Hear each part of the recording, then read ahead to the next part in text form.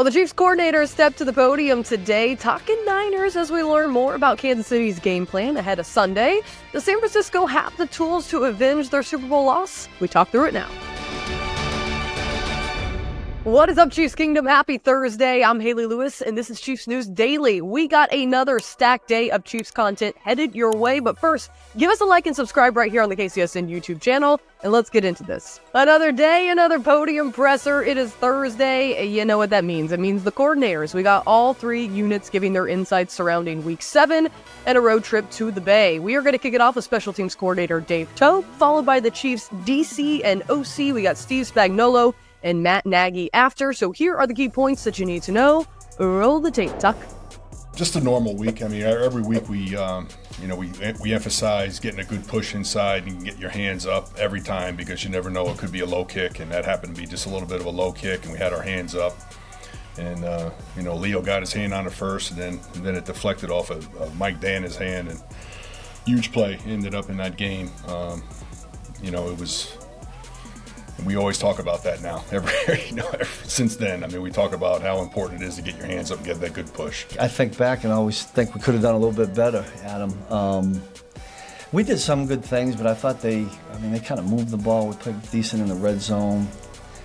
Trying to go back now. There was the trick play they got the score on, right? We were aided by early on they were moving the ball. It was really good to get that turnover in the first drive. That kind of helped us. I thought the guys played really hard. I mean, they were on point. We had 2 weeks to prepare. I really kind of just put it back on the players. They were just that hungry. And listen, this offense is still a headache to defend.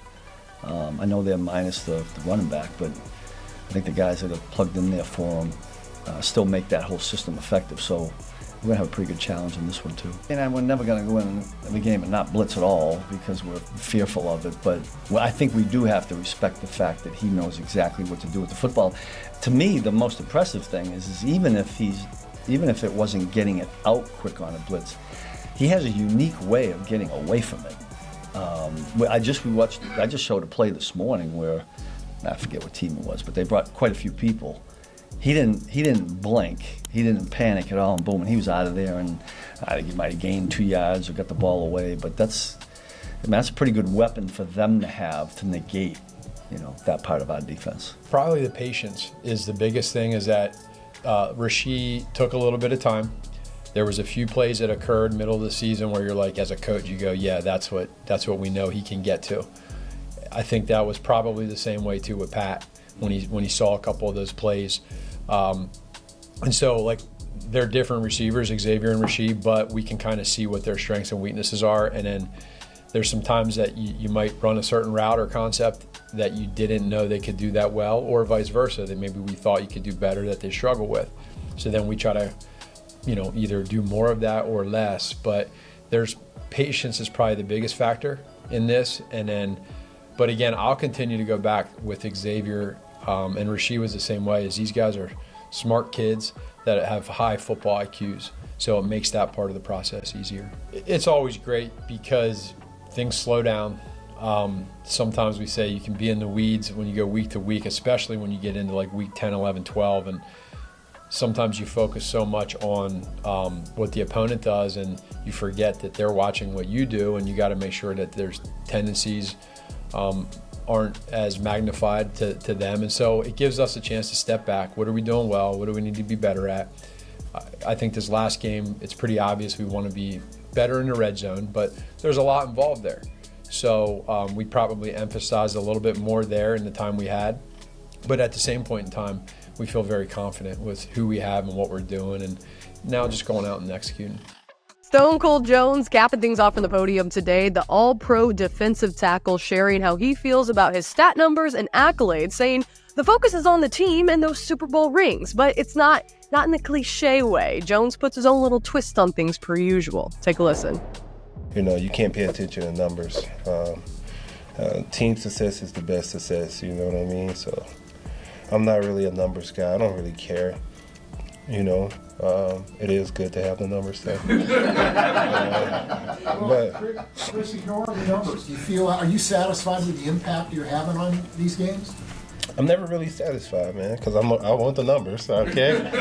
They don't really matter, but I would love to have, like, 2 sacks every game. But I think more so importantly, it's about winning the game and playing the best you can play with your ability. And if, God willing, I get the numbers with it also.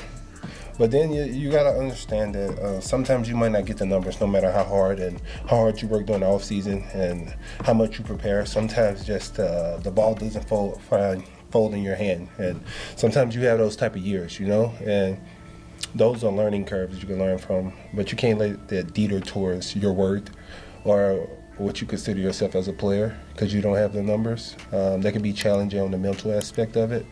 But it's bigger than the numbers, you know what I mean? Sometimes the impact is bigger than your personal numbers. Sometimes it's not about you. Sometimes it's about the players around you, you know? So I think when you take that into account, most of the time it's about the unselfish play. You got to get yourself out of that mind frame of me and think about more so people around you, because if the people around you succeed, then you've done more than enough. That's my point. I mean, are you satisfied that even though your stat numbers aren't necessarily huge, that you're having that? Listen, man, we played 5 games. I got 3 sacks. I'm not complaining. You know what I mean? Listen, like I say every year, I get my numbers. Might be early, might be later. You know, I never really harp on, I got to get these certain numbers before this. Listen, I got 5 games, 3 sacks. I'm cool. 10 games with 8 sacks. I'm cool. All right, so we just gonna continue to ride this ship and let it go. You know when you discover a new binge-worthy show or a song that you bump on repeat and you have to share it with your friends so they can experience just how awesome it is? That's kind of what it feels like when you discover Mint Mobile offers premium wireless for $15 a month when you purchase a 3-month plan. That's such an awesome deal, there's no way you can keep it to yourself. Friends don't let friends overpay for wireless. Say bye-bye to your overpriced wireless plan and switch to Mint Mobile. Mint Mobile is here to rescue you and your squad with premium wireless plans starting at $15 a month. To get this new customer offer and your new 3-month premium wireless plan for just $15 a month, go to mintmobile.com/KCSNCND. That's mintmobile.com/KCSNCND. Cut your wireless bill to $15 a month at mintmobile.com/KCSNCND. $45 upfront payment required, equivalent to $15 a month.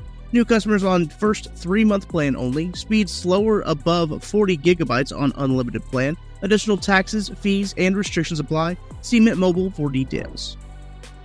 All right, a few housekeeping notes you need to know from Thursday's work on the field. Same report as yesterday, pretty much all the players, with the exception of defensive end Mike Dana, worked in some capacity. The 4th-year defensive lineman has played all but 1 game this season. We found out on Wednesday from head coach Andy Reid. He said, "We'll just see how he does this week as we go forward." Now, our own Josh Briscoe shares his own opinion. He says even after missing the Chiefs' win over the Los Angeles Chargers in Week 4, Dana has taken the 2nd most defensive end snaps for Kansas City by a wide margin. He's played 56% of the defensive snaps in Week 1 before playing more than 70% in Week 2, 3, and 5. Now, George Karlaftis leads the edge group with 84% of the defensive reps. If Dana is absent in San Francisco, it would force the 2nd-year pass rusher, Felix Anudike-Uzomah, into a larger role. So without Dana in Los Angeles, Anudike-Uzomah played 26 of 56 defensive snaps, that's 46%, while Malik Herring took 18, so 32%. Former Arizona Cardinals defensive end Cameron Thomas, who the Chiefs acquired for a 7th-round pick during the roster cutdowns, could see some more work after taking just 3 snaps out in LA. Alrighty guys, here is a look at the injury report coming out on Thursday after practice. This is quite the lengthy list for the 49ers. Of course, you can see Wednesday and Thursday, most notably for the 49ers. On Wednesday, head coach Kyle Shanahan told reporters that Jawan Jennings would be held out of practice for the day while dealing with a hip injury. Now, according to Niners News, the extent of the injury isn't known, and it didn't appear as if the team's leading pass catcher suffered any sort of problem in their Week 6 victory over the Seattle Seahawks. Now, considering Jennings' emergence as the top threat so far in 2024, leading the 49ers with 404 receiving yards, potentially not having him available for a nationally televised game against Kansas City, it calls for concern. Alrighty, folks, that does it for another episode of Chiefs News Daily. As always, we'll be back again tomorrow. In the meantime, like and subscribe right here on the KCSN YouTube channel. Have a great rest of your Thursday, and we'll see you here on Friday.